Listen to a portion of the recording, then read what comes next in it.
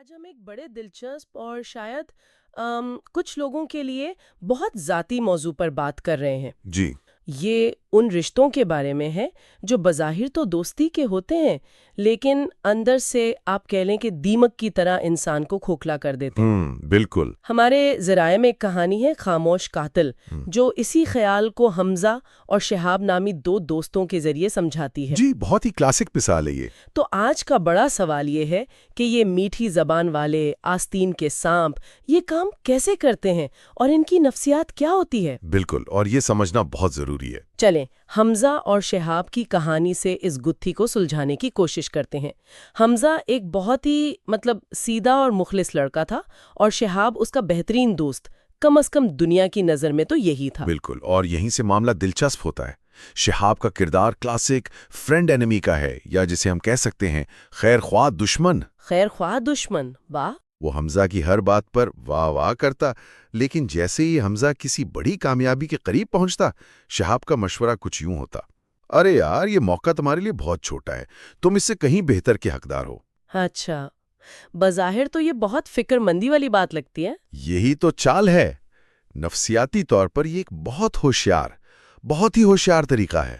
اچھا، تو یہ صرف حسد نہیں ہے، یہ اس سے زیادہ گہری کوئی چیز ہے، کیونکہ حسد تو میرا مطلب ہے کھلم کھلا بھی ہو سکتا ہے، لیکن یہ طریقہ تو بہت چھپا ہوا ہے۔ ایگزیکٹلی، یہی تو نکتہ ہے۔ یہ صرف حسد نہیں، یہ کوورٹ پیسو ایگریشن ہے، یعنی چھپی ہوئی دشمنی۔ چھپی ہوئی دشمنی۔ ایسے لوگ براہ راست آپ کی مخالفت نہیں کرتے، کیونکہ اس سے رشتہ ٹوٹنے کا ڈر ہوتا ہے۔ اس کے بجائے وہ آپ کی حوصلہ شکنی کو مشورے کا نام دیتے ہیں، اور آپ کے راستے میں رکاوٹ ڈالنے کو فکر مندی کا۔ مطلب وہ آپ کو ناکام ہوتے دیکھنا چاہتے ہیں، لیکن ایسے کہ الزام بھی آپ پر ہی آئے۔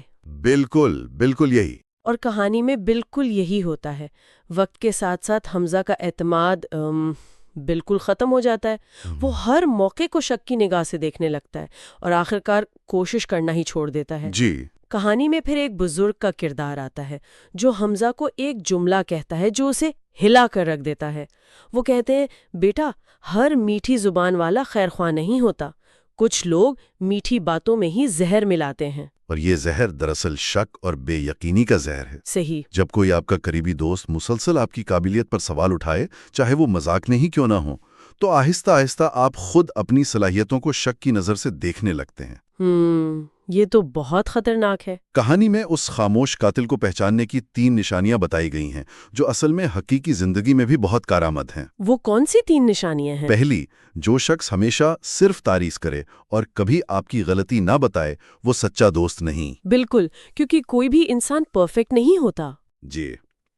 دوسرا، جو آپ کی ہر محنت اور کوشش کو یہ کہہ کر بیکار ثابت کرے کہ اس سے کیا ہوگا، وہ آپ کو آگے بڑھتے نہیں دیکھ سکتا۔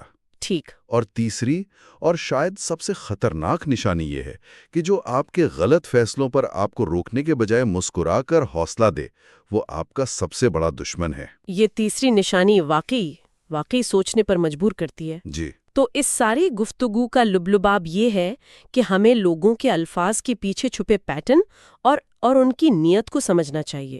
یہ دیکھنا چاہیے کہ ان کے مشوروں کا ہماری زندگی پر اصل میں اثر کیا ہو رہا ہے۔ بالکل، نتیجہ ہی سب سے بڑا ثبوت ہے۔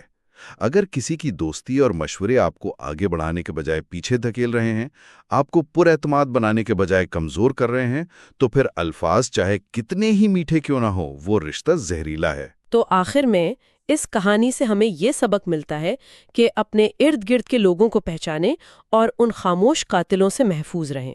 جی، لیکن یہ کہانی ہمیں ایک اور اہم سوال پر لا کر چھوڑ دیتی ہے۔ اچھا، وہ کیا؟ شخص یہ سب کچھ پہچان لیتا ہے اور ایسے زہریلے رشتے سے باہر آ جاتا ہے، تو اس کے بعد خود اپنے اندر ٹوٹے ہوئے اعتماد اور اپنی فیصلہ کرنے کی صلاحیت کو دوبارہ کیسے جوڑا جائے؟ مطلب، پہلا قدم کیا ہونا چاہیے؟